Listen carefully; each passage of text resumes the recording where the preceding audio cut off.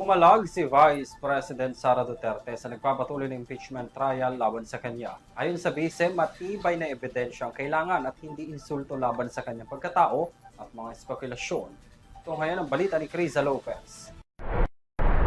Iginiit ni Vice President Sara Duterte na dapat patunayan ng prosecution ang mga impeachable offense gamit ang mga ebidensya at hindi sa pamamagitan ng insulto, espekulasyon at political theatrics. Sinabi ng Vice Presidente sa kanyang statement na dapat umanong nakabatay sa matibay na ebidensya ang dalawang impeachment complaint laban sa kanya at hindi sa paghahanap pa lamang ng mga mapatutunayang alegasyon habang nagpapatuloy ang paglilitis.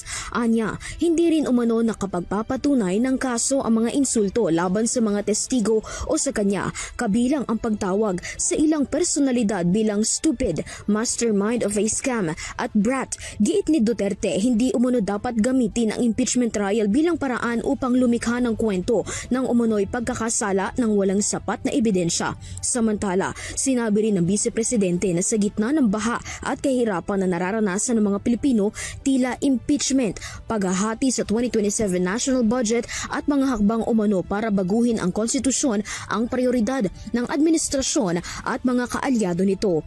Iginiit niya na dapat higit na ituon ng pamahalaan ang pansin sa mga problemang direktang nararanasan ng mga Pilipino.